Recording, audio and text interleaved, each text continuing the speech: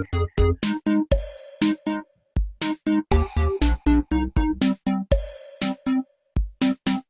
right, so I'm going to start the Kahoot. There'll be 8 questions. Face-off player A1 reports with 6 inches of contrasting paint on his stick. What is the correct ruling? You have 30 seconds. Face-off player A1 reports with 6 inches of contrasting paint on his stick. What is the correct ruling?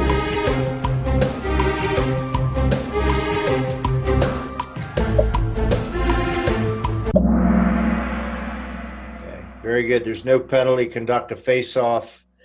As long as the shaft of the stick contrasts from the gloves and the head, we're good. It doesn't matter how they get there. When they first put the rule in, it said they had to have 6 inches of tape. Kids started painting their sticks and other stuff, and it didn't make a lot of sense. So they clarified that. All right.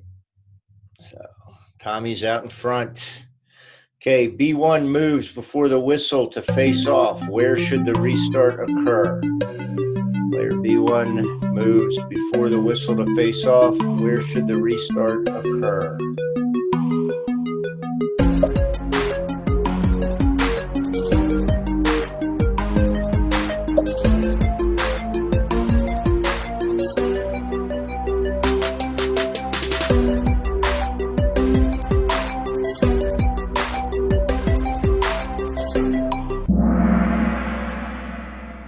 Okay, so the correct answer is 1 step into Team A's offensive half. So this is a pre-whistle violation. So he moved before the whistle. Even if when he moved, he hit the ball all the way down into the alley, you're still going to bring the ball all the way back to 1 step into the team's offensive half from the face-off X, and you're going to restart there. Everybody who is confined in a box is still confined in the box. Any questions about that? All right, next question. Team B in possession. Defender A2 steps in the crease to stop a shot. What is correct?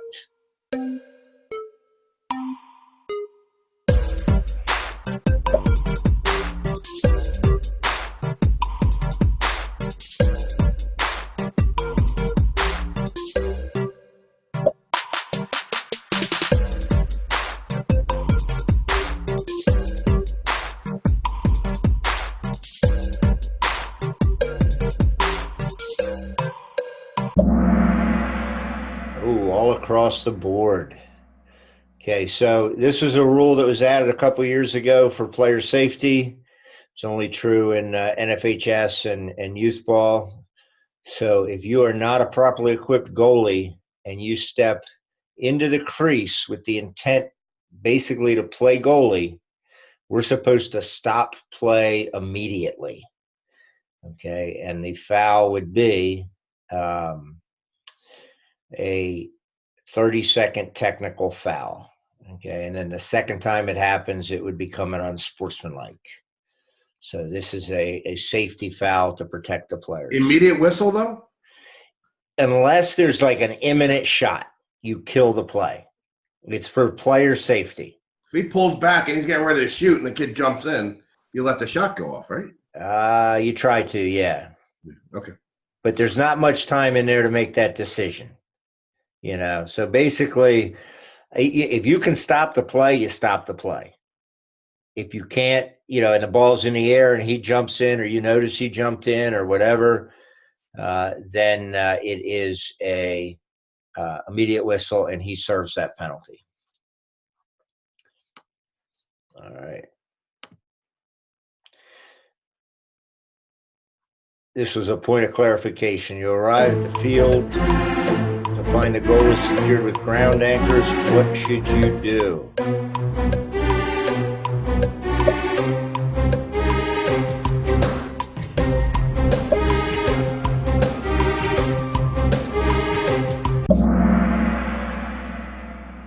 Okay. Ground anchors can be used, you know, so something to hold the goal in. as long as they're not sticking up and causing, some kind of a hazard. Okay, so as long as the ground anchors, so you assume there's some kind of U-shaped piece of metal that's banged down to hold the goal in, there's no problem with that. You don't have to hunt down the groundskeeper or anything like that. If in your assessment you feel whatever they've done to hold the goal down is going to create a safety hazard to players playing, especially behind the goal, then you're going to have to require them to fix it. But in some cases, ground anchors are the best choice. Believe it or not, some of our schools have these cheap aluminum goals, and they'll blow over if a defender sneezes behind them. What about a sandbag? Is that considered a ground anchor? I would say as long as it's just one sandbag and it's kind of across the middle, you're probably going to be okay. Okay. Okay. If it's just there for no real reason, then, remove it. Sometimes you get soccer guys who are used to just doing that. They're required to do it. But it really all comes down to your view of the safety of the players and the ability to carry on the game. I don't think a kid is, he could trip over a ground anchor, but he could or a sandbag, but he could easily trip over the goal if it's bent up a little bit or something like that. It's a good question. All right. During a live ball, A1 who is in possession of the ball loses his mouthpiece. What is correct?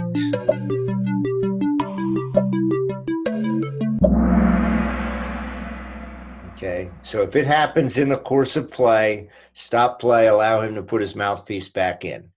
And to George's question before about when, if the kid is driving to the goal and his mouthpiece falls out, don't kill it. Let that play make its way out. If he's just fake dodging or he's coming around the crease and he's not in an imminent scoring opportunity, you got to kill it, put the mouthpiece back in, put the kid out in the alley and restart. Okay, if he's somewhere else and his mouthpiece falls out and he doesn't pick it in and put it in, then it becomes a technical foul and you would turn the ball over. All right, question 6. You have a loose ball. Player B1, mouthpiece is worn as a fish hook. What is the proper action?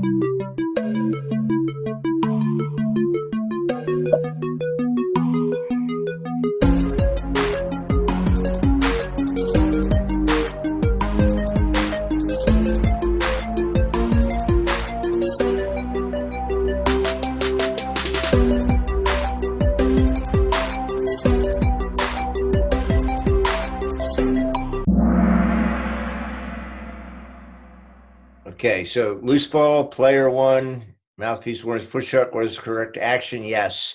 You stop play. Actually, wait a minute. Yes, you stop play and team A gets the ball.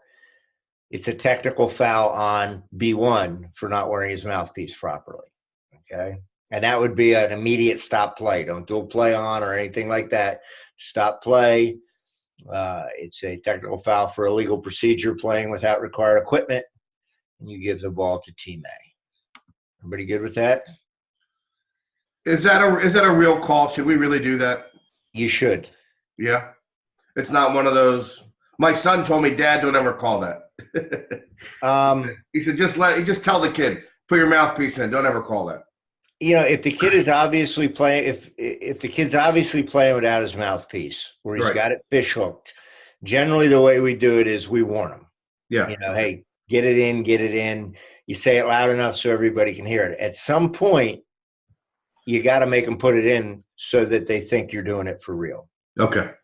My philosophy is, if you're going to be that guy, get it early. Yeah. Get it in the first 5 minutes of the game. Coach will, let him put it on the kid. If all of a sudden in the fourth quarter of a 1-1 game, okay, and all of a sudden you pull that out with 2 minutes to go and you give the ball to a team and they go down and score, the perception is completely different. I agree. Than it is in the first quarter. Yeah. So You know, we still try to warn, but there, you know, the problem is, especially in federation and high school ball, there's a lot of people on these rules committees that aren't lacrosse people, you know, and they look at that mouthpiece as that's going to save every kid's life and prevent every concussion and all of that kind of stuff. So they're big, really big on that. All right, question 7. Player A2 has the ball. Player B1 mouthpiece is worn as official. What is the proper action?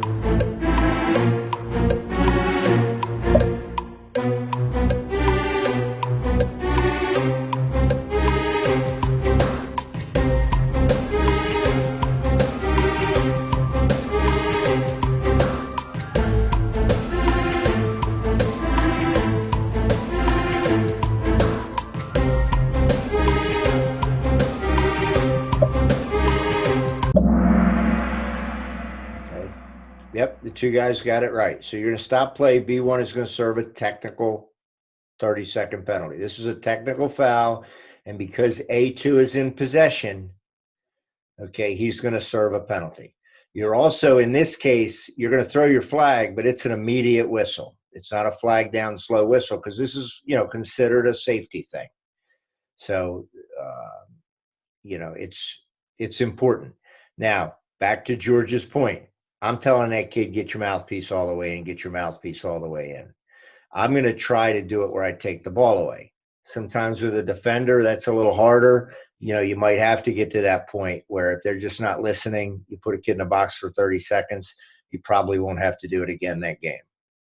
Okay? Certainly, if the kid is on the field without a mouthpiece, he's got to take the penalty.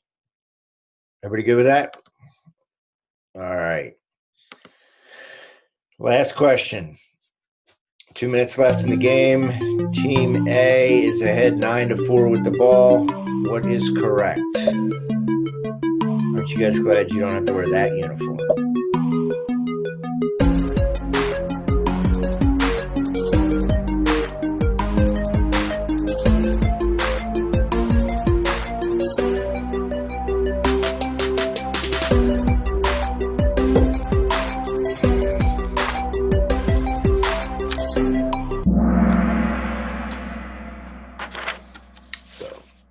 Allow play to continue without the stall warning. That's correct. And again, this was, I think, 2017.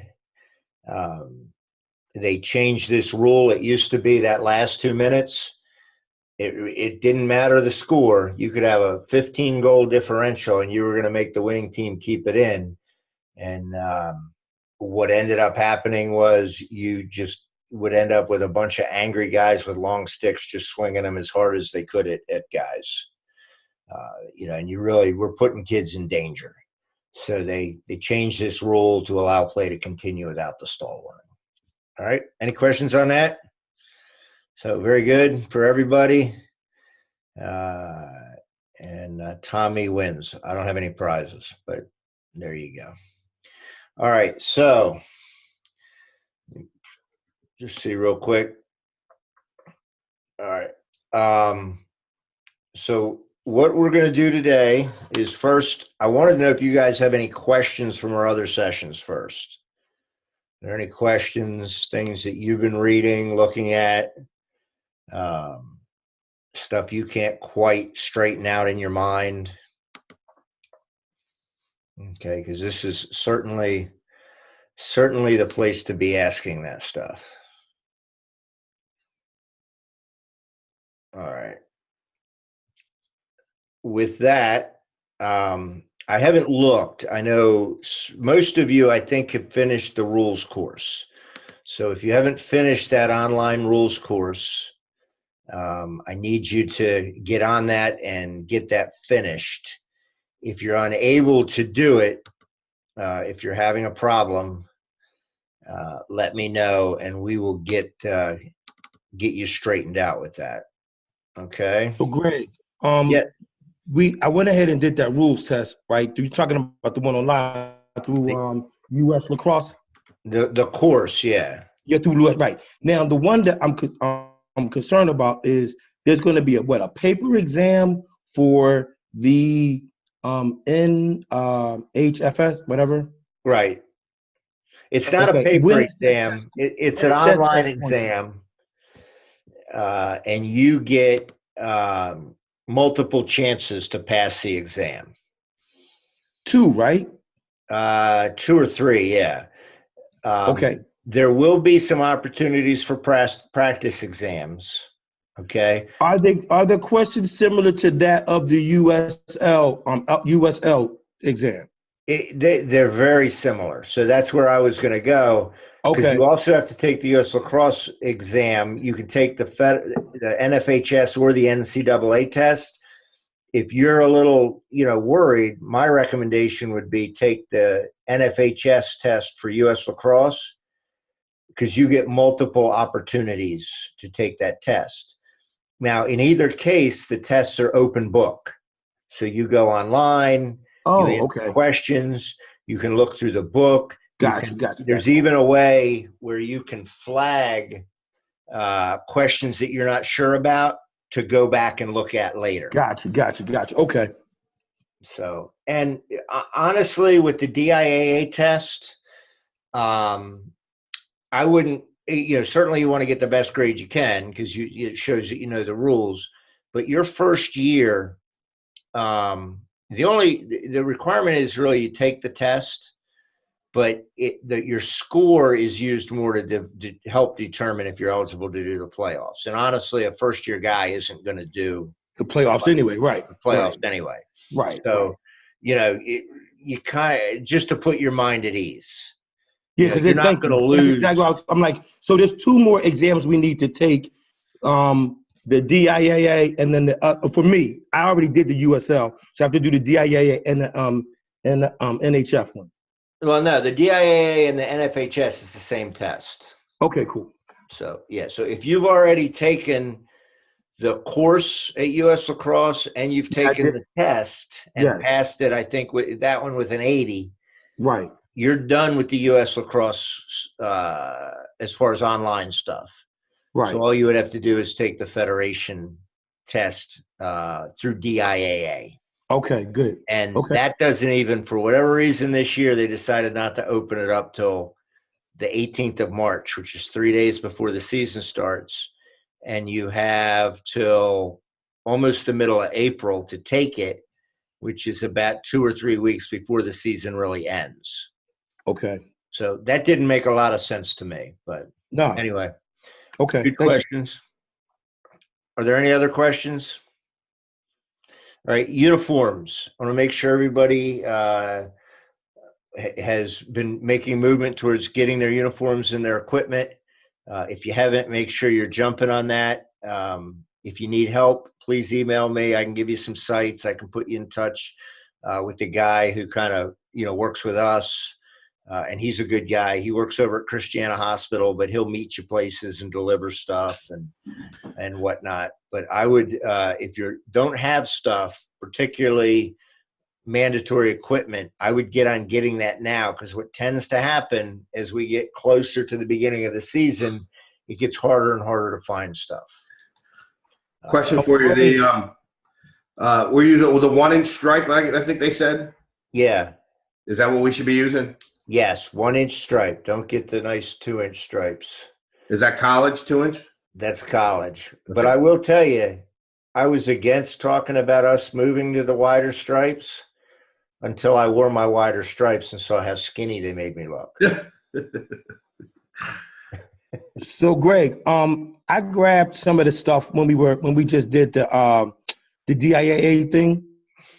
Okay. I grabbed a couple of shirts, the long sleeve, short sleeve, the shorts, and I'll grab the long pants someplace else. I didn't get the tape measure. He said that you had measures for us. Yeah, I have. That's our association gift this year. So okay. I can either get you the tape measure the next time we meet, which is the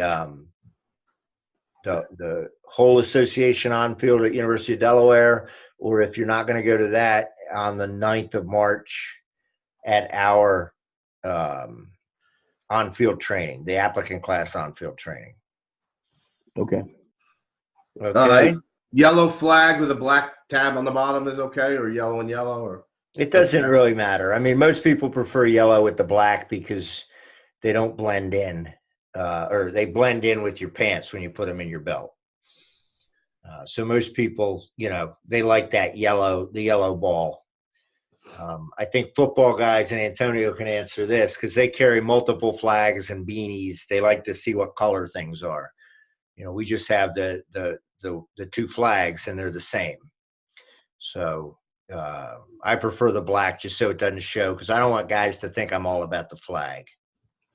But that's me. It doesn't really matter. Yeah, when I bought mine, I did it for. Nope, you broke up. I said when I bought mine, I bought the ones with the black for the same reason you said. Yeah. Yep. So if you have any questions about equipment, send me an email. We'll make sure you're set on day one. All right. So what I want to do for the rest of the time, and I want to go right up until about 5:30, just because we have the 6 o'clock association meeting, and I'm going to grab dinner or something real quick, and you guys can too.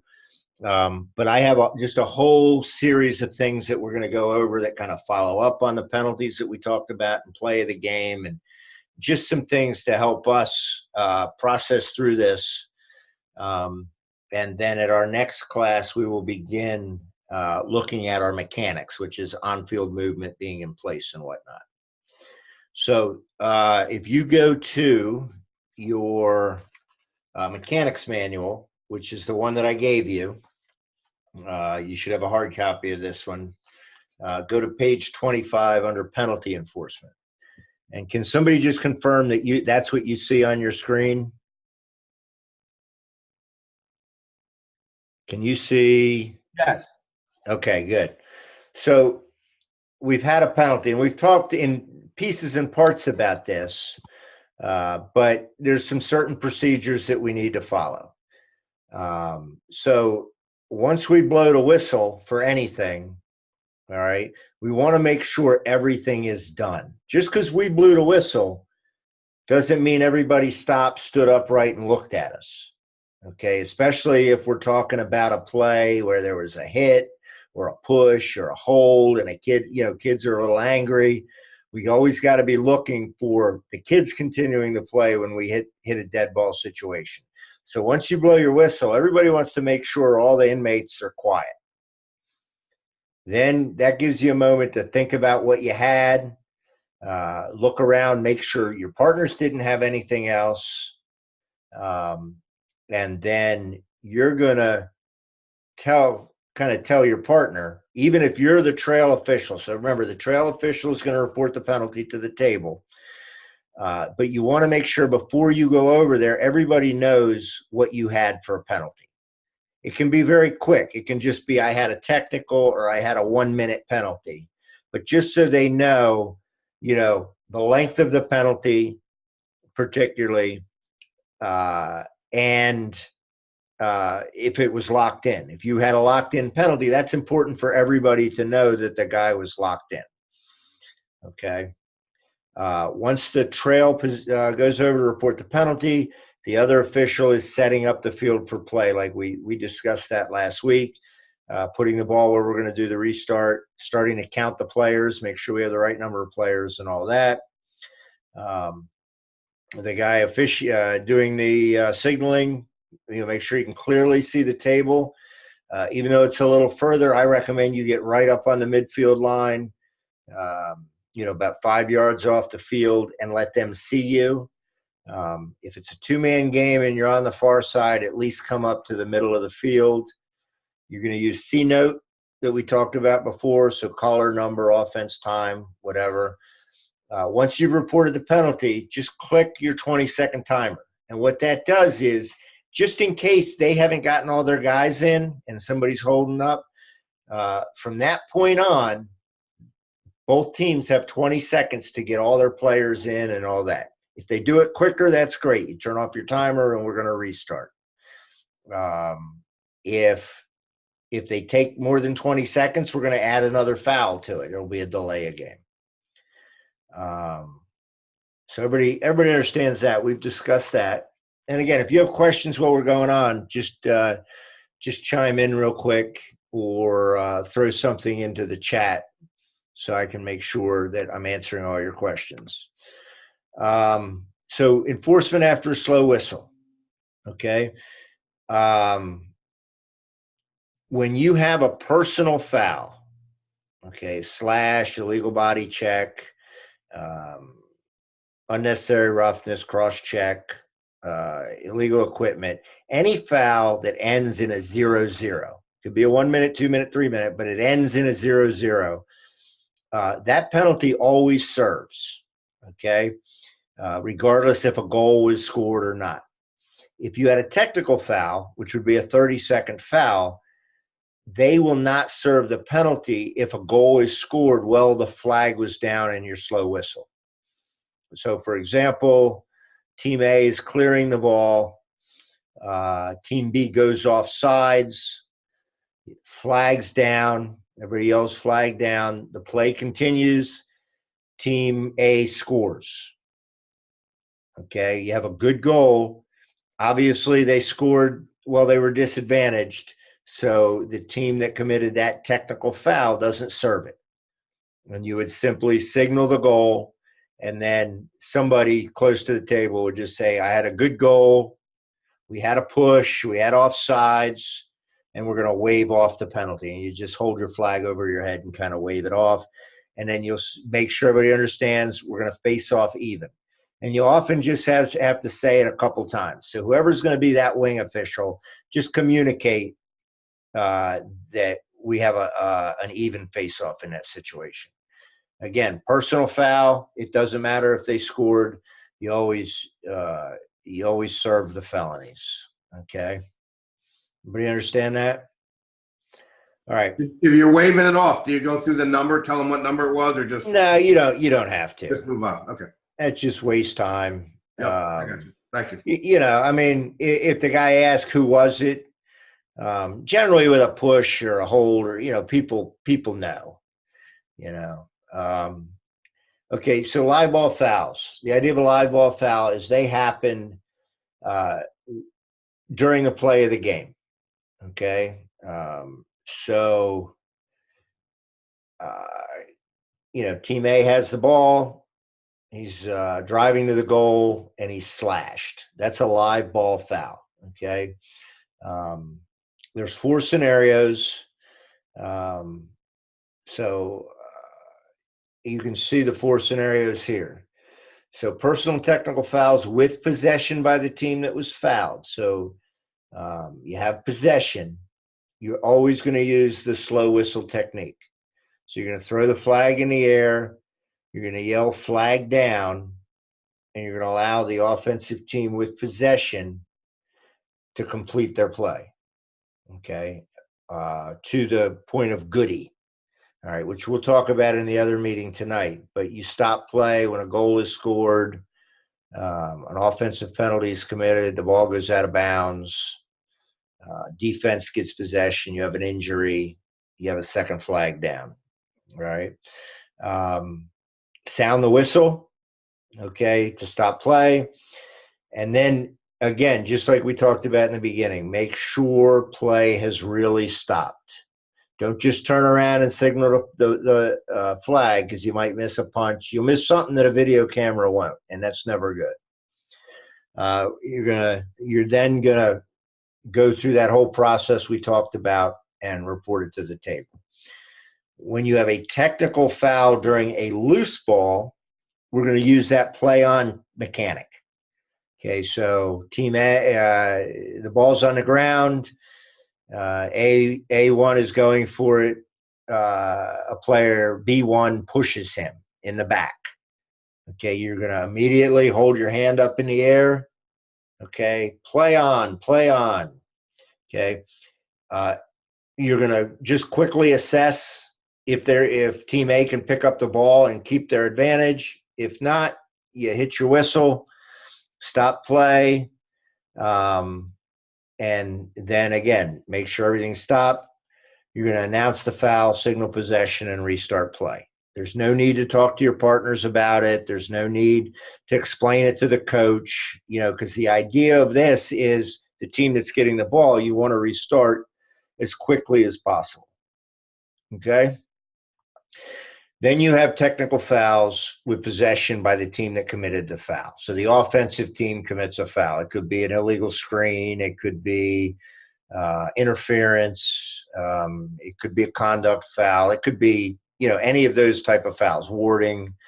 That's an immediate stoppage of play. You kill the play, make sure nothing else bad happens, announce the foul, signal possession, and as soon as you're ready, you restart play. Again, these you don't really have to sit there and explain. You don't have to tell your partner what's going on. The coach doesn't have some right for you to stop play and walk over and talk to him at that point, because the idea is to get the ball to the team that gets the ball and let them get as much of their advantage as they can get. All right. And then the last category is personal fouls during a loose ball. Personal fouls by the team in possession. Okay, so offensive player. The big one you'll get here is a guy blowing through a pick, which is unnecessary roughness. You might get a slash. You might get a unsportsmanlike, an F-bomb, something like that. If it's loose, a lot of times you get slashes as kids are trying to get the ball, or you have an illegal body check. Again, if it's loose, you kill play by blowing your whistle and throwing your flag into the air. Stop. Make sure everything else is stopped. Then you do stop. Report everything to your partners. Report it to the table. Go through the whole penalty relay process and restart play. Okay? Are there any questions about that? Live ball fouls. All right, dead ball fouls. So quite simply, play is dead. You've killed the whistle. You've killed the play with your whistle. And these are a goal is scored. You have a timeout. The period's over. You stop play because of a penalty. The ball was out of bounds. Whatever it is, you have a dead ball. Okay. Again, you have 4 scenarios. So a personal foul by either team after the whistle blows. It was a late hit. Kid dropped the F-bomb. Could be an equipment violation, an illegal stick. You throw the flag high in the air. Make sure nothing else crazy is going on. Report the foul, relay the penalty, restart play. Okay. You get a technical foul when neither team is entitled to possession. So after a goal is scored is the specific time, or between periods. Let's say you have a mouthpiece violation. You noticed after the goal scored didn't have a mouthpiece. You're going to call a good goal. But then you're going to call a technical foul for illegal procedure, not playing with necessary equipment, and you're going to say no face-off, and we're going to go with the color of the team that has the ball. You're going to go up to the face-off X, let everybody get set up and restart play. Okay. If you have a technical foul by a team entitled to possession, okay, so you had just had a loose ball foul. Kid from A, they're entitled to the ball. He picks the ball up, and he calls the kid to push him a motherfucker. Well, now let's not use that one because that's a bad foul. It's a personal foul. You pick it up. You notice that kid doesn't have his mouthpiece. Okay, no mouthpiece anywhere. Signal a violation. He didn't have his mouthpiece. You're going to give the ball to the other team. You're going to restart play. On either of these, you're going to take a little bit longer than you would on a regular technical foul in the middle of play, because there's no real perceived advantage that they're going to gain. Does that make sense? And you may have to explain, especially if it's a mouthpiece, if it's a conduct foul, something like that, you're going to have to explain what it was. Okay. And then a technical foul by the team not entitled to possession. So again, let's just use the mouthpiece as our technical foul. And it was the defensive player. So A1 picks up the ball. He's ready to play. You notice there's no mouthpiece. You're going to throw your flag high in the air, report the number of the player, the type of foul, relay the penalty, and you're going to restart play. Again, whenever you're doing penalty relays, you have plenty of time. Okay? Everybody kind of understand that? And then on the next page, so we're now on page 27, they've given us a nice chart. Okay, so if you're an organizational type of guy and you need to put everything in just the right order, you put this chart on the back of your hand, and whenever you have a foul, you look at it. No, that's a joke. It's so hard to do an online meeting because you say something funny and you don't get any response. Even if it's not funny. It's almost like I just said something really not funny. So this isn't something you're going to carry with you, but it's a good reference point, to look at once in a while, pull it out. So personal fouls. Okay, so we have a personal foul. What are we going to do if the offense is in possession? Okay, and we're going to go to if the foul is by the defense. Okay, so the foul happened by the defense. We have a flag down, slow whistle, and then we just move forward, and you just follow these trees down. And I'm not going to go over each one because that was kind of the whole speech before. But they have one of these for personal fouls and one of them for technical fouls. So, it's good to me for you guys this year. You come back from a game and you're like, I had a flag down, but I killed it too quick, or I had a loose ball and I didn't do this. You come back and you look through this, and eventually it just kind of becomes ingrained. Because remember, everything on these charts, it's not like you have 5 minutes to pull out your book and look at it and read it and figure out what to do. You have fractions of seconds to figure out what is your decision based on the tree. Okay, so just to go down one quickly, so on the technical foul. Okay, so the first thing is the offense has possession. Okay, they ward, so it's a foul by the team in possession. We're going to kill the play. We're going to blow our whistle.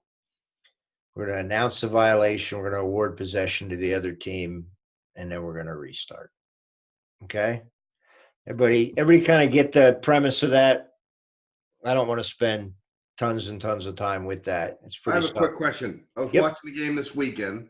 Now I know it's college, so there's slight rule discrepancy, but it was right in front of the goal, right on the crease. It was Denver against Air Force. The guy jumps up, shoots the ball, and as he shoots the ball, then he gets crushed from behind. They lay him out from behind, and he ends up in the crease. They called it. They gave him a penalty, and then they had a face-off. Whereas what I was wondering was, should it have been do we just assume that the ball wasn't in the net? It was such a bang-bang play. It's tough to tell. Was there a penalty? Which happened first? The ball actually crossed the line, or the guy got crushed? Right. Should we just assume that the ball did not go in the goal right away? I mean, should we? Well, if they had a face-off, they must have assumed that the ball went in the goal before the illegal body check. There was a face-off. You said they had a face-off? Yes. Yeah. So then they counted the goal. Yes. The only way they're going to have a face-off. So there's a lot going on in that play. Yeah, that's where I was confused. Yeah. Especially today, and the college rules for diving and jumping are totally I understand. I don't want to mix that up. That's why I'm just yeah. But they must have determined that the illegal body check occurred before or as the ball was going in the goal. That's why you would have a face-off. If they determined the illegal body check happened after the ball went in the goal, right, then you would not have a face-off. You would have a good goal, and Team A would restart with the ball again in the center. Right. That's what I thought. I immediately looked at it and said, oh, because it happened all so quickly, it looked like the ball went in, then it got crushed. It looked like it all happened the same. So probably if it went on like you described, if he was in the air when he got hit, like he jumped on his own volition. Yes, he did. He jumped straight up, threw it in. Yeah. And he got crushed. Probably because from behind. He hit him. Yeah. Because he was still in the air when he got hit. It's very hard to sell that the ball was already in the goal. And calling that a dead ball foul and not having a face-off, that's huge because now you've given them a goal. Possession. Yeah. Put a guy in for a minute, and Right. you've given them possession. Right. So usually when you see a dead ball foul after a goal, it's going to be on a late hit, Okay. Okay. not something that happened right in the context of the play. And if he's still in the air, it's probably not a late hit. Does that make sense? Right. Yes. Yes. Yes. Yeah. My thought was that. Yeah. Now, if he had Looked jumped, like- landed, Yes. then got crushed, jumped, shot, landed, crushed, Yes. then you could have a dead ball foul. Right, but they didn't call that. They called it. So what I'm saying, my question is, should we err to the fact of that? Because really, then you're penalizing the guy twice. You're penalizing him when really it was a bang bang play. It wasn't really a late hit necessarily.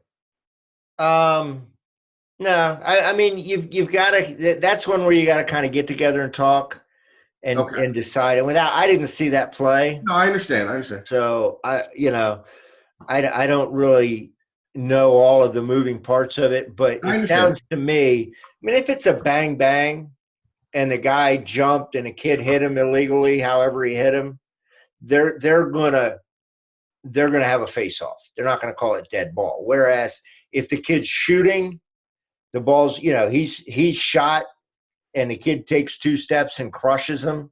Yeah. You're probably going to think more about calling it a dead ball and giving them the ball to start. Okay.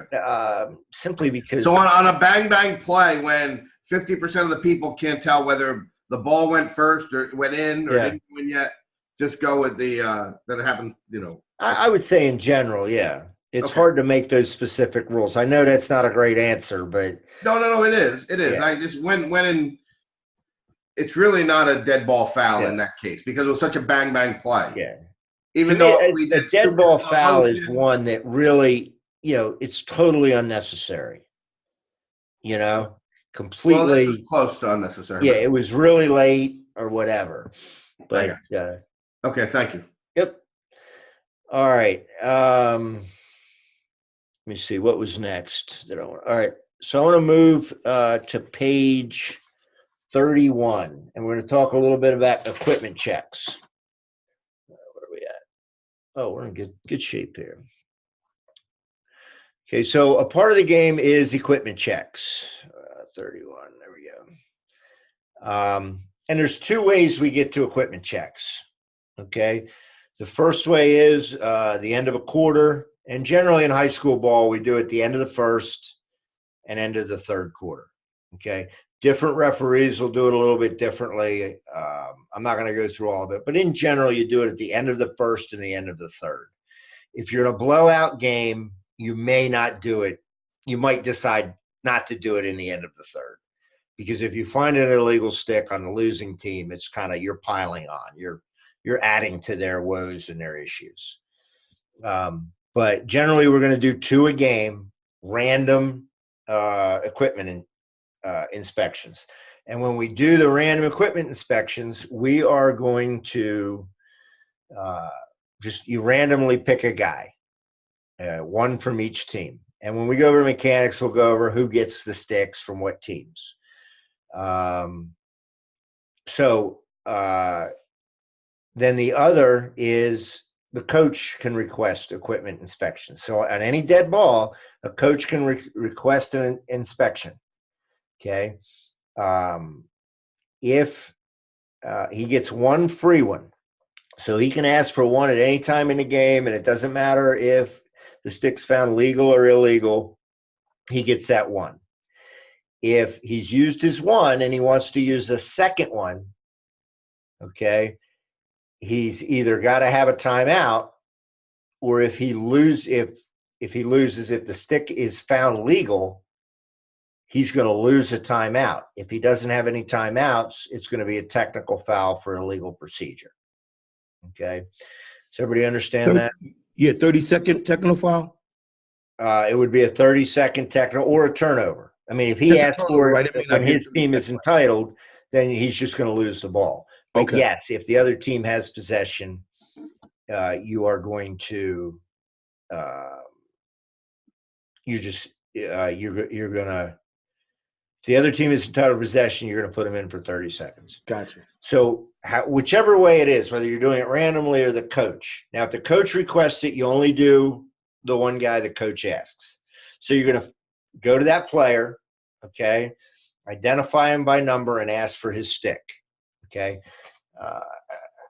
And at no time can he, and I'm going to put on my camera for a second here. Let me try something. New share. Advanced. All right, so you guys all should see a different scene up there now, right?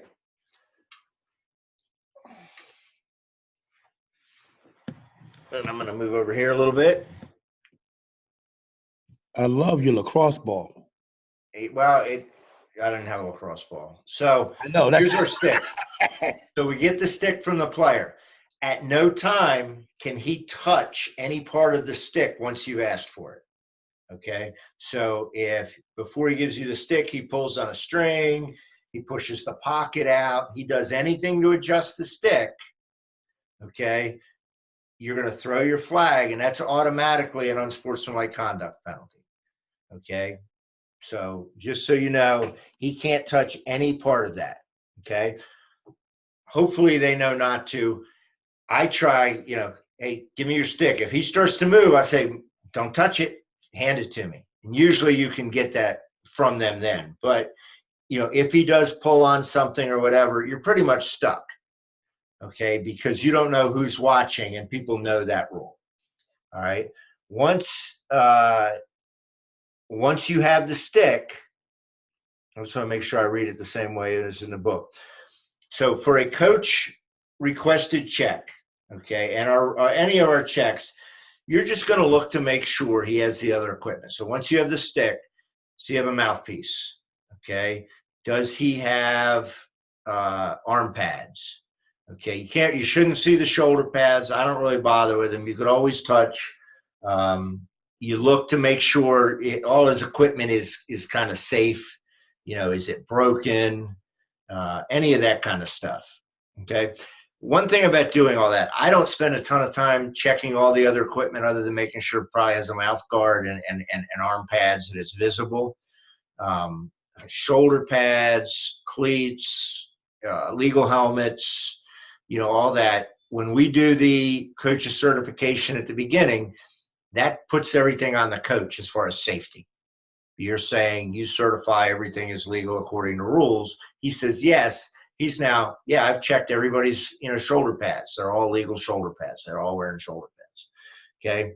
So we've checked for all that equipment. Once we do that, we're going to walk away from the player, usually somewhere off the side of the field. If it's a routine inspection, we're all going to come together in the middle.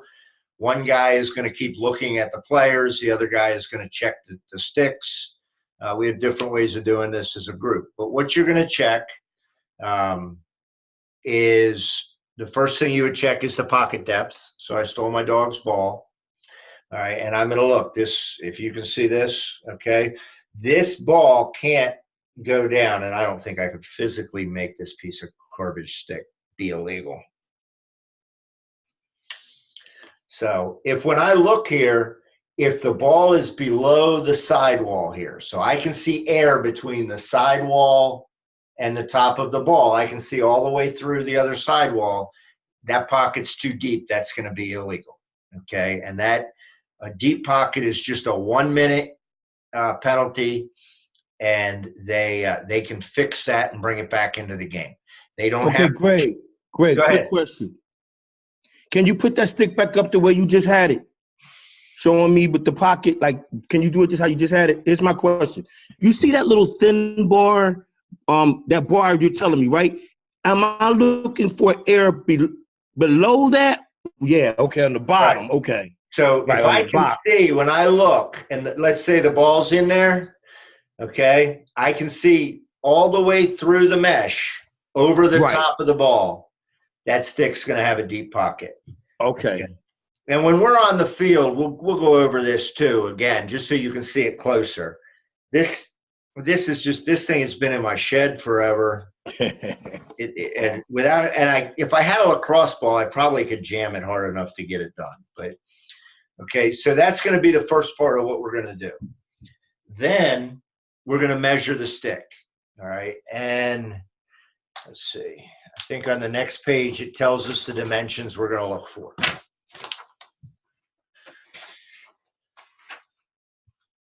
Okay, so we're going to do a rollout test.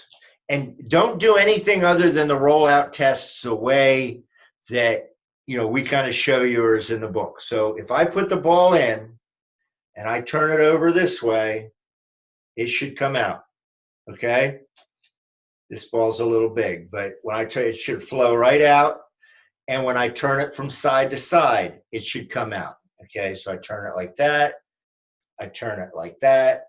The ball should come out freely. If it becomes stuck in there, okay, so that it doesn't come out, that's a 3-minute penalty. Something's restricting it and holding it in there.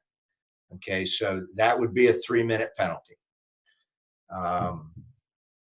Then we're going to actually do a physical measuring of the stick. So you have your nice DLOA tape measure. All right, and generally the best thing to do is start at the top. We're looking for 10 inches here, okay? And then we're looking for 40 to 42 inches down here. So can everybody see that? That's 40, if you can't see it. It's kind of dark. So I got it to 40. So that part is good. And then at the top, I see your chat. I'll be right there. This has to be, it can't be less than 6 inches across the top at the widest point. Okay, everybody see that? And then you're going to measure 4 inches down. So I can't have any part of the shooting strings right here more than 4 inches below the top. All right, and just to show you, this is what they took out of the game by adding that. So if you look at this stick, okay, you have this U-shaped thing here. This is about 6 inches below the top. That's an illegal stick. They wanted to get this out so that the ball came out easier if you checked it. Everybody understand that? Are there any questions about the method for the equipment check? Okay. And that's really the only thing that we want to do. Can you measure the old stick? Just hold it up so we can see it. Yep. Give me 1 second. The bad stick, the illegal stick. I will, hold on. So Tommy's asking, fourth quarter, A1 shoots, horn blows to end the quarter, shot goes in the goal. Game over. If it is the game-winning goal, the game is over. Okay? Everybody understand that? So Yeah, we talked about this a few times. right. Well, we talked about it in our meeting the other day, but this is a little different scenario. So the scenario that's always been out there, and it's a good question by Tommy, you have overtime, ball goes in the goal, game is over. So I'm assuming if this was a tied game, okay, and the ball went in the goal, it's the same premise. That gave Team A the win. Game's over. You can't ask for a stick check. Right. Okay? If that tied it, you could ask for a stick check because that goal would have taken it to overtime. All right. I hope, Tommy, that answers your question. And then, yes, Antonio put in there too. You can't ask for the equipment check at the end. All right. Let me measure. My only fear, George, I'll be honest with you, is this is a 6-foot pole. Oh, okay. If I do anything to my ceiling, Don't knock anything over. Shit here, I'm gonna be in a lot of trouble. So if I take this one, and if you look, I take my tape Just measure the web. Yeah. I put it 4 inches, and I can't get it so you can see it, but okay, but I have 4 inches at the top. So this part of the U, I can't see it. Yeah. You gotta back up. Just back up. Back up. Back up. Well, I wanted you to see the 4. All right. All right, that's okay. We can get to know what 4 is. Yeah, just back up. Yeah, there you go. That's better. So I got it as 4. Right. And you can clearly see that a lot of those shooting strings are below 4 inches. Right. Okay? Yes. Does that get it for you there? George? Thank you. Yeah. All right, good. I don't want to speak for Tommy, but he and I were emailing each other over the last week. But what happened was all the examples we were given was always check a stick after overtime. And my question was, all right, the examples are always overtime. What if it's a regular game and they want to check a stick? And that's where, doesn't matter overtime versus regular game. But no, it doesn't. I would say absolutely it doesn't because unless that goal takes you into the fourth period. So there's you don't wave off the goal, right? Hold on. Let me just. So end of the game. There's 3 seconds left. Team A. The game is tied 10-10. Team A shoots. Ball goes in the goal. Good goal. Team A is now winning 11-10. But the horn went off while the ball was in the air. You have a good goal. Game's over. Right. Okay. If that ball, same scenario, 3 seconds to go, it's 10-10. He shoots, horn goes off, ball goes in. Or no, it's back up. It's 10-9. 10-9, yes, exactly. Okay. Yeah. Team A is losing by a goal. They put it in the goal. He could ask for a stick check. The game is not over because you're going to go to overtime. Correct, but you don't wave off the goal. You just penalize the stick. No. Okay, so I'm going to get to that. Okay. Let me get back to our thing here. All right. There it is. So this all talked about all the tape measurements, this and that. Okay, equipment checks are done during dead balls. You want to have the equipment check so they have a minimal impact on the flow of our game. Okay, so we have as little flow problems as possible. Okay. And then this answers your question. If the goal scorer's cross is discovered to be illegal after a goal and before play restarts, the goal is disallowed. Okay, so that's why in that overtime situation, so it's 9-10, A is losing by a goal, A shoots, scores, coach asks for equipment check, stick is found to be illegal.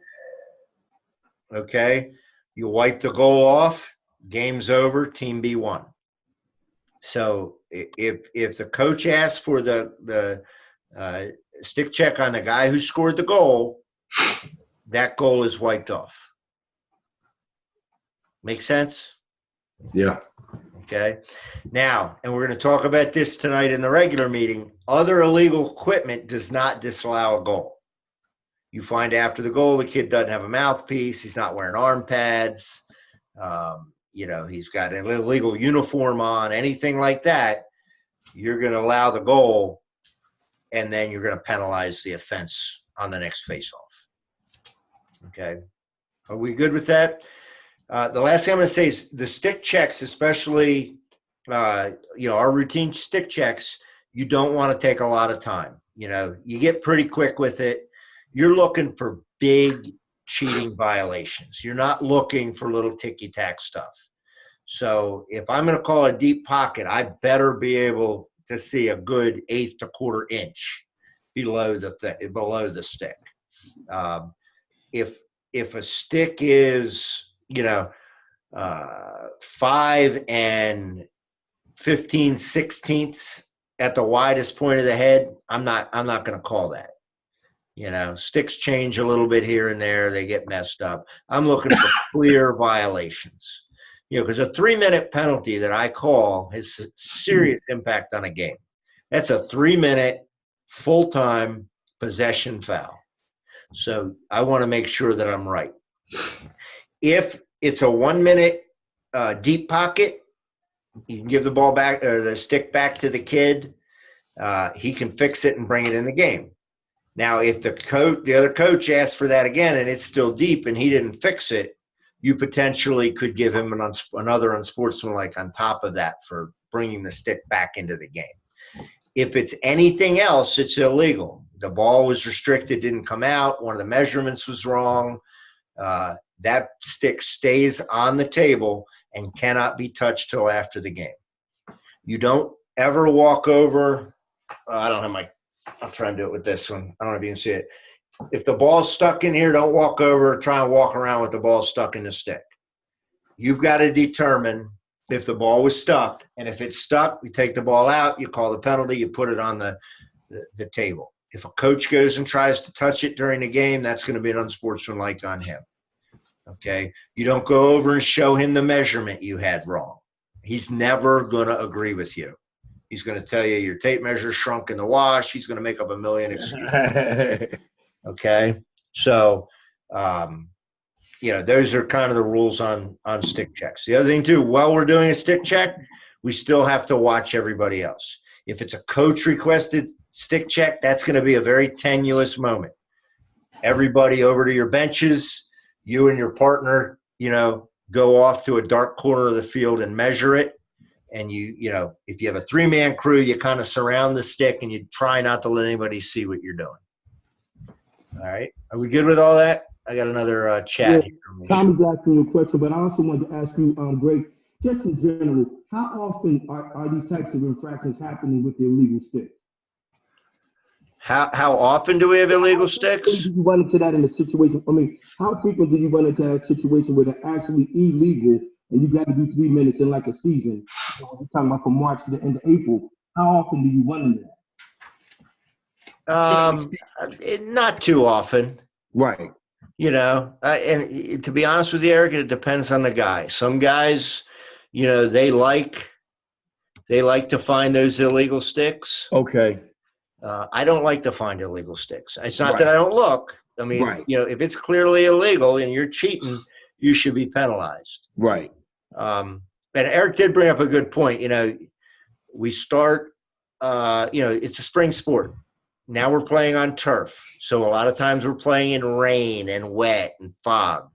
You're dealing with a mesh. So a stick could be perfect at the beginning of the game, and a couple of throws, the pocket could become deep. I'm going to give them, I'm not telling them this, I'm giving them a little more on a wet day if their pocket bags out. Okay.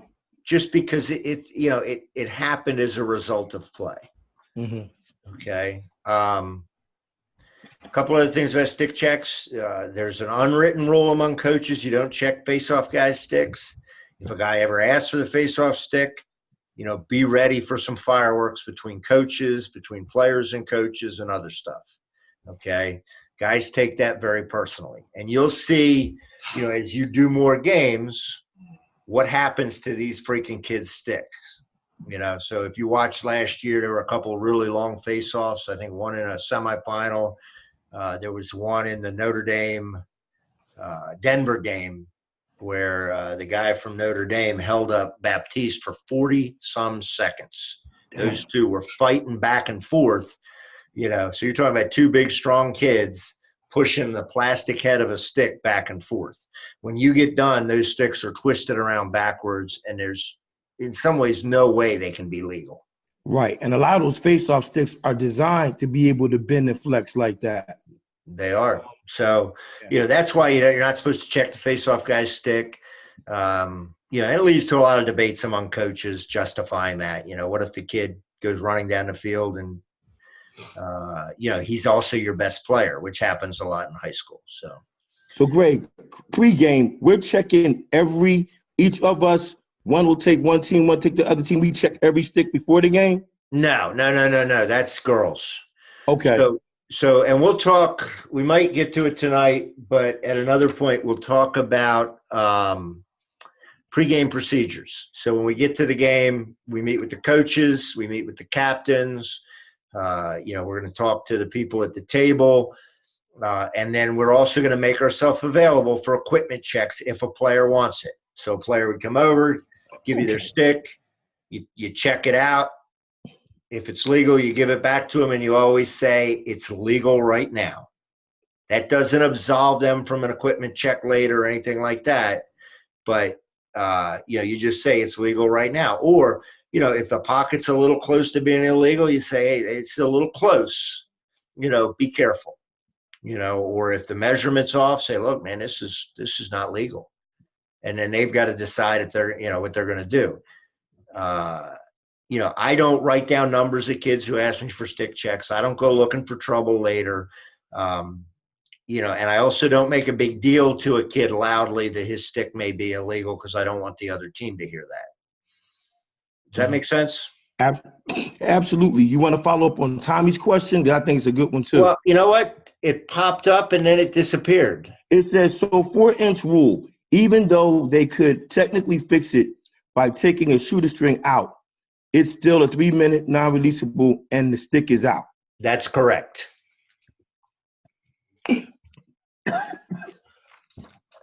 Because, the rule's been there now for 3 years. They know that string's not supposed to be there. Right. So they put it in there conceivably so they wouldn't, thinking I won't get checked, and they got caught. Okay. I will say with the shooting string a little bit, it goes along with the wet pocket, the baggy pocket. On a wet day, I might give them a 1/4 inch on that shooting string because it's going to stretch. Slide down, right. On a nice dry day, I'm not. All right. I wanted to go back now. Are there any questions about stick checks? Where are we at with time here? Oh, we're good. All right. So I wanted to go back to page, where's my note here? 29. Because I don't know that we talked about over and back a whole lot. We didn't. So I wanted to kind of talk about this because this is a big deal and there's a lot of confusion. And this is just some mechanics for handling over and back. So once a team has taken possession of the ball and they've brought the ball into their offensive area, which is the box, so they've touched it in the box, they now cannot cause the ball to go back over the midfield line. All right. They can't carry it. They can't throw it, anything like that. Okay. So if it goes back over the midfield line and they were the last one to touch it, it's going to be over and back. If, even if, they were in their offensive box, they dropped the ball, you have a ground ball, it gets batted around and all that, it gets up by the midfield line. If they're the last one to touch it over the midfield line, it's going to be over and back. If the defense hits it over the midfield line, it's not going to be over and back. Okay? Right. It's actually going to be, you're going to get new 30-second and 10, or new 20 and 10-second counts. Okay? It's like basketball going over if you go backcourt, if your offensive team goes backcourt on its own, it's over and back. But if the ball is tipped and it goes backcourt and they pick it up, then there's no foul. There's no foul. There's no foul, and they get new clearing counts. So they get new 20, new 10, depending on where it is. Okay. So this is an important article to read. It has some very good insights about it. What I like first, they've already given you some good notes. Okay, so it's always good when you talk to your crew in the beginning. Just, hey, what are we going to do with over and back? Because we have to really communicate a lot of stuff. We have to communicate that the ball was in the box. We have to communicate who touched it last, all of that kind of stuff. So, different guys want to do it a little bit different. So that's a good pregame note. Okay. Generally, the trail official is going to call over and back. So it puts some extra stress on the trail official because he's got to get back to the midfield line so he can referee that. And he's kind of on an island by himself because not only if the ball is slowly going towards the midfield line, not only do you have over and back, you could have offsides, you could have a push, you could have a lot of stuff. A slash. You could, you just, and you're kind of there, especially in a two-man crew, you're up there by yourself. So basically, if the ball goes back over, right, and how let's say the ball comes out and the defender is going for the ball, and how they come down hard sometimes trying to get down on it instead of running through it. They may come over the top. if he does that, that's a slash, right? It's not just though at that point. Well, I mean, if it hits the arm hand, and not the glove or the stick. That's a slash, right? It's going to be a slash, yeah. Even if they're So trying to slap or yeah. So I don't just call it an over and back, like, and because even if the offensive player did it and the defensive player actually was trying to get the ball after the offensive player lost it on the over and back, because he slashed, technically they're supposed to get the ball. Meaning that, I mean, because it was over and back, the defensive team is supposed to get the ball, but because the defensive player slashed him, you see what I'm saying? Yeah. Oh yeah. No, there's a lot going on, and that's you have a slash. You could have a push. Right. They're going to get the ball, and he pushes the offensive guy trying to put the ball back into the offense or keep the ball in the offensive area. Yeah. So how does that work? That's why I'm going to break that down for me. Let's use a push in that instance. So White's going to. Okay. So Team A has the ball. Okay. They've touched it in. The ball comes rolling back. The defender for Team B, in an attempt to get the ball, pushed him. Okay, pushes him. Okay, Right. You're going to immediately kill the play, and you're going to call a push. You're going to give the ball back to Team A. Okay, but you're also going to wait an extra second before you restart. Make sure he's 5 yards from the midfield line. Nobody's offsides. All of that. Okay. You're just going to restart. And you're gonna go, and if you didn't have a backcourt, he doesn't have to get it in 10 seconds. Right, but that's because that's a technical foul to push, correct? Right. If it was a personal foul, then he's gonna have to serve the time. Mm-hmm. Okay. So if he slashes him, he does something like that, then you're just gonna blow your, assuming it's on the ground, you blow your whistle, kill the play, put the kid in. And Team A would start with the ball. Okay, gotcha. Okay. So with the over and back, there's a lot of stuff about signals here. Okay. The second bullet point just kind of talks about what the other officials can do. So they can either say yes, yes, yes, it could be over and back, or no, no, no. You don't want to yell over and back because then people think you called it. But you can help the other guy understanding he's got an over and back situation. Okay. You can also hold your hand up and call a tip. So if there was a pass over the goal and a defender tips it, get your hand up. It was tipped. It was tipped. It was tipped. As the ball is coming back, I might yell, it's off black, it's off black, it's off red, it's off red, just so everybody knows who it went off last. And if it goes over the line and it's not over and back, I might just hold my hands out just kind of at my side to say it wasn't over and back. And I'm going to yell, it went off. So if black was the defensive team, I'm going to go, it went off black, it went off black, it went off black. But I need to be communicating this on over and back, because while you're trying to adjudicate that, you got one team where everybody's yelling it's over and back. You got another team where everybody's yelling he's offsides, he pushed him, he slashed him, he did whatever. So you've got to really take control in the over and back situations. The trail is by himself and up by the bench. On an over and back, there's really no play on. Just kill it. Let everybody, let the team that's going to pick the ball up, pick it up. Make sure we have 5 yards. Make sure we don't have any nonsense coming out of the sub box. Restart the ball. If it was your hands are by your sides and we couldn't see you. Are you saying with your elbows extended or just straight? No, just kind of like this. Okay. Can you see that? Yeah. I don't have myself set up to see myself, but just kind of like, I got nothing. Nothing. We're good. Where if it was over and back, as soon as it hit the line, tweet, I got over and back. Gotcha. That's the over and back signal. Okay. One thing that happens on over and backs when we do the restarts is often, the ball was being batted around or it was very hard bouncing, and it ends up almost at the box, sometimes in the box. A guy who's entitled to the ball picks it up, steps in the alley. He says, I'm ready, I'm ready, I'm ready.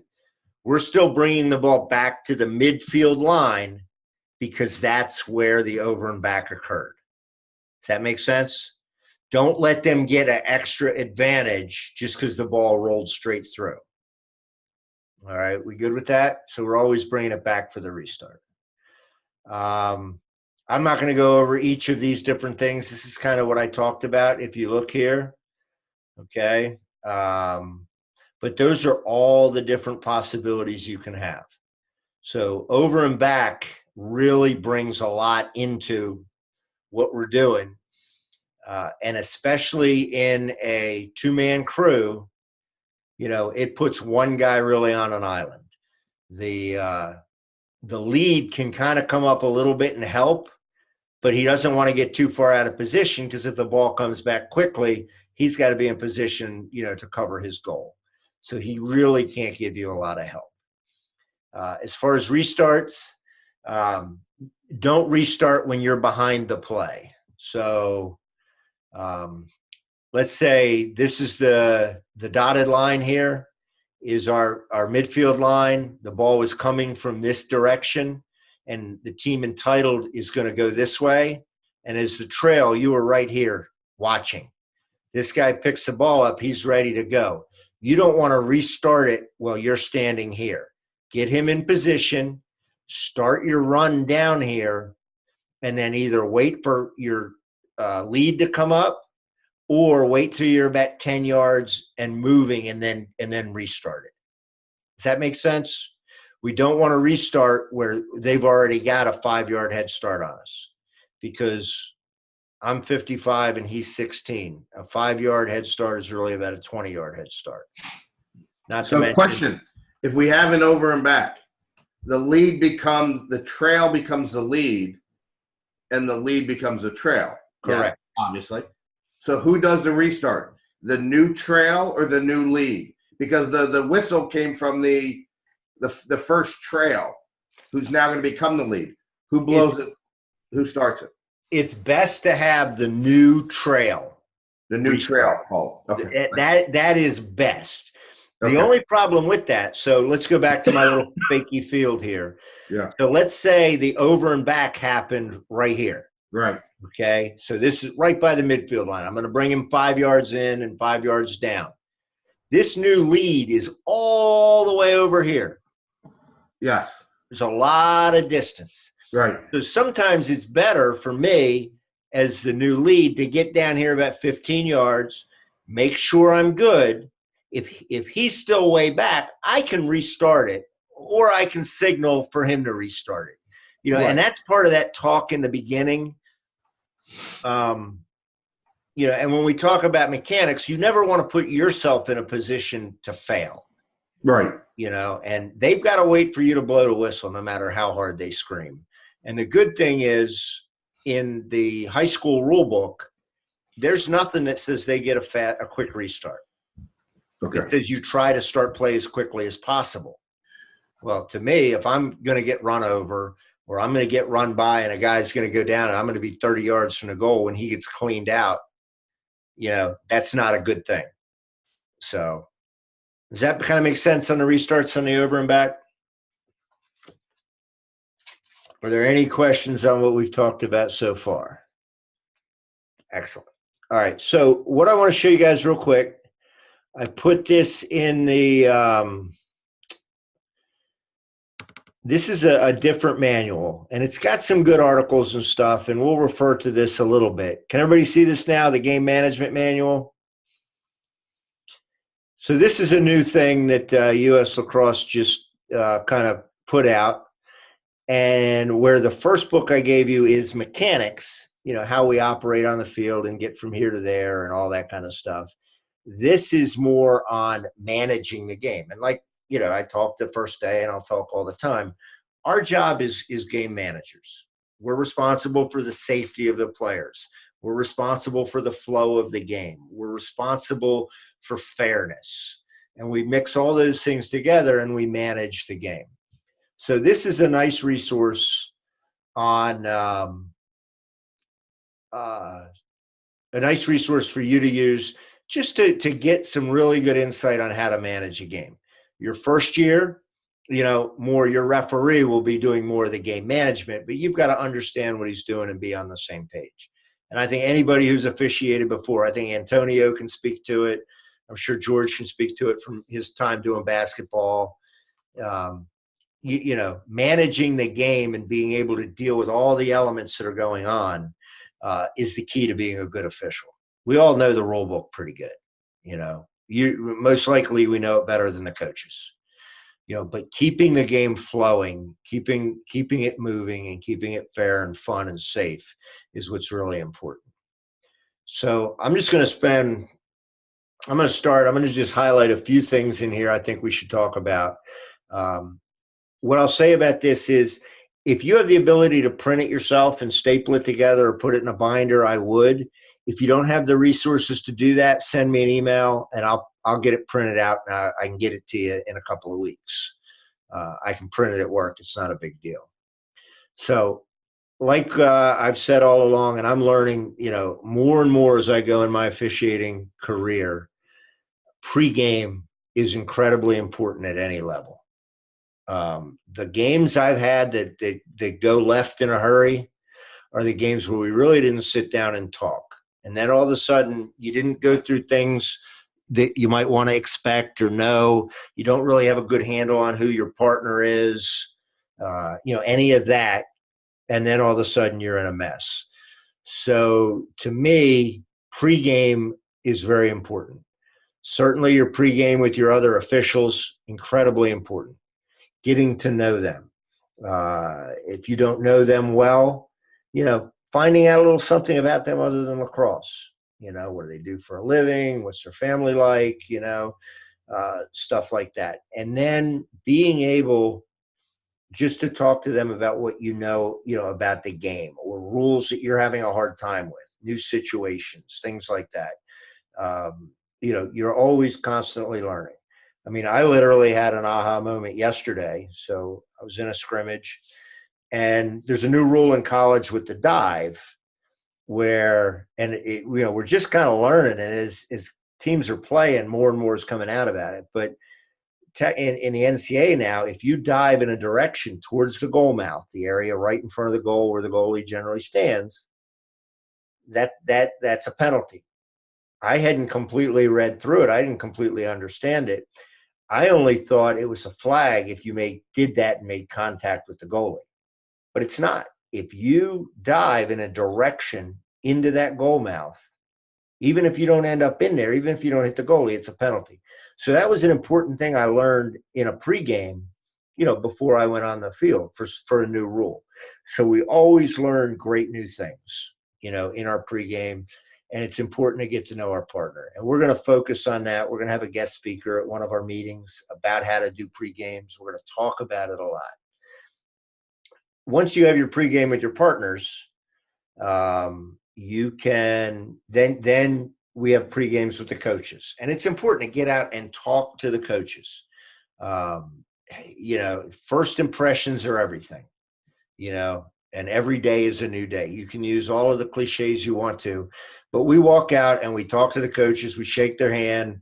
We give them a certification card. We get their captains. But we also at that time, hey, coach, how's your season going? Anything weird happen? Any rules questions you have? Anything like that? If you know them, and, I know a lot of the coaches here, you ask about their family, you ask, how's things going at your school? How are your classes this year? Whatever, it's disarming. It's a way to kind of start the day and the relationship off on a good foot. So pre-gaming, that part of the pre-game is very, very important. You don't want to come out there all dour and say, give me numbers of your captains.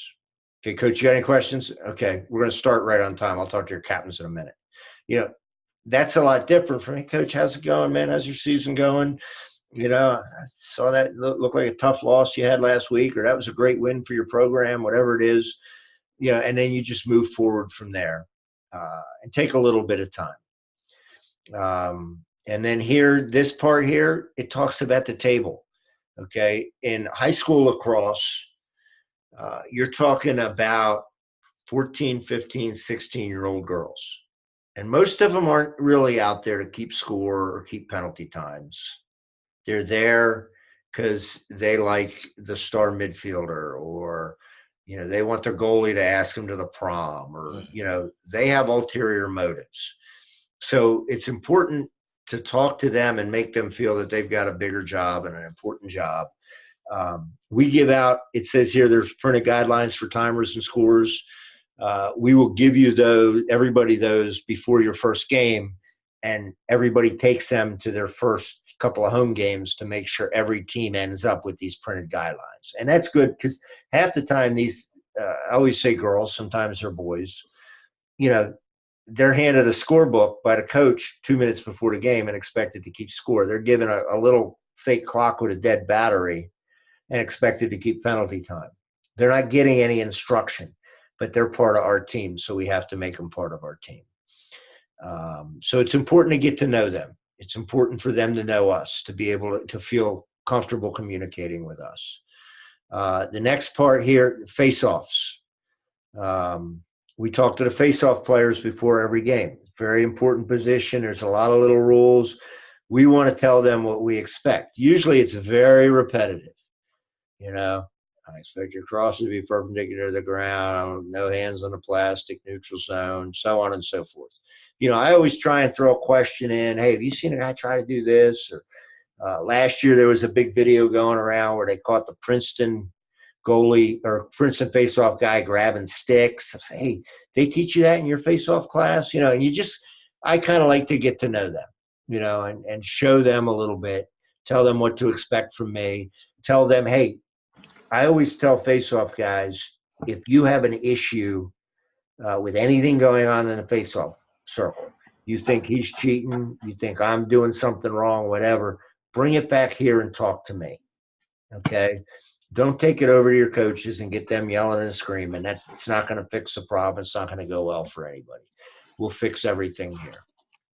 So, the face-offs are incredibly important. So all that in your pregame routine. And then there's one other little part here that a lot of us miss because we show up 10 minutes before the game. You want to try to check the goals.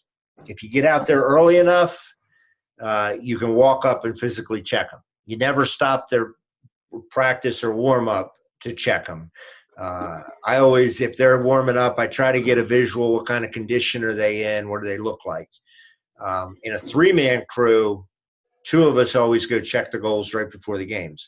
Make sure there's no balls in them. Make sure there's no big holes, anything like that. You don't want a hole in the net, and you want to get that fixed. Okay? So all that kind of stuff. Right to that point, you get to a field, you expect the net. The net's got a hole in it, right? Yep. What do? You find the head coach, okay? And you go to him and you say, Coach, lower left, there's a hole big enough for a ball to pass through. We need to get that fixed before the game starts. My point is, my point is, if he can't get it done before the game starts, they can't get that fixed. What happened? You know what I mean? Like, by rule, I don't think there's anything in the rules that say because there's a hole in the net that you can penalize them. The only thing, if he refuses to fix it. We would make a note of that, maybe use crew to let other officials know that we warned them and we've asked them to get that repaired before the next game. Well, but we're going to want that hole repaired before we start the game. So now you could use crew to say, look, I was here. That net is like completely dry rotted. We fixed as many holes as we could. I said, yeah, I recommend you get new nets before the next game. And maybe pass that along, but that would usually go through JP. Right. Generally, you find a hole in the net, the coaches want to fix it because they're going to be defending that net twice, and they're going to be shooting at it twice. Right. So they don't want to lose a goal, because, a shot with a bunch of guys in front and all of a sudden, you think it went in, but you look and it's rolling around behind the crease, you can never be sure, and you don't want to miss a goal. So, and they have zip ties. Most good coaches carry some zip ties with them. They can fix it. Or they can use athletic tape fixes it. Okay. So it's just That was you really want more to what I check was it. looking for, Greg, was how do you fix it? That was really more what I was looking Yeah. for. Yeah, and it happens, and they usually fix it pretty good. All right, so the last thing I want to talk about is this dead ball officiating. Oh, Greg, George brought a good question up. He said, should we put some zip ties in the car? It's always good. Some guys do that. Some guy. Well, we used to have guys carry, basically like a suitcase to the field. We don't do that anymore. We walk up with what we have. We don't carry a bag or anything like that. If you want to put a couple of zip ties in your pocket, to take up, or you have them in your car and you can run out to your car and get them to get the game moving, there's absolutely no problem with that. Mhm. Certainly not our responsibility, but it's certainly something that you could do. There'd be nothing wrong with doing that. Mhm. All right, so I'm going to take the last 2 minutes and just go over this, because this is kind of important. And you can read this article. I sent you the thing. And again, like I said, if you can't print it out, let me know. Dead ball officiating. Most of your really big problems in games will happen during a dead ball. Anytime play is stopped. We talked about it in adjudicating fouls and whatnot. You always want to stop and make sure the players understand play is stopped and all that. So while we want to restart play quickly and keep the game going, we have a lot of work to do during dead ball situations. So it says it right here. It's not a rest time. A timeout is not a time for us to catch our breath. It's not a time for us to adjust our belt, or get water or anything like that. It's important. We have a lot of functions to do to keep the game moving. So it's a time where we have to know where we're going, what we're doing, all of that kind of stuff. So when you have a dead ball, so the example here is on a loose ball technical. Okay, we want to get things going once we know everything's good. That's not a time where we count players. It's not a time, like I said, where coaches explain things or we explain things to coaches. That can be handled later on something like that. The idea is to get everybody up, get everybody safe, and get play moving. Okay. On the other hand, a lot of teams, they train their kids to pick the ball up and be ready to play. Okay, but we also don't want to start play illegally or give them an extra advantage or put the other team in an unsafe situation, or most importantly, put us in an unsafe situation. So you have to kind of find that yin and the yang behind a quick restart and a safe, fair restart. All right, so this is an article I'd just like you guys to read and look through. A lot of stuff is repetitive to what we talked about. The last part about this I'm going to say is, particularly on a timeout, after a goal is scored, after a flag down, okay? And this picture here comes out of a Delaware game, okay? And they don't have the video here, so this kid behind here, blue, has the ball. He passes it off. Everybody looks away, okay? And then the kid in white here gave him a groin shot, okay? Damn. He falls to the ground. Damn. All right. So we are dead ball, live ball. One of our jobs is always to keep a little bit of action on the field. Keep an eye on the action after it happens. Okay. And this was an unfortunate situation too, because the kid laying right here, he got up and there was no flag. Nobody saw what happened. Okay. He got up and basically told this kid what he thought about what he did, what he thought about his mother, about his school, and a few other things. So this guy throws a flag. So now you have a situation where this kid's hurt. He got cheap shotted, and they're going to be man down for a minute. So the point is, we're always watching for that kind of stuff. Dead balls, timeouts, watch players cross right after a goal.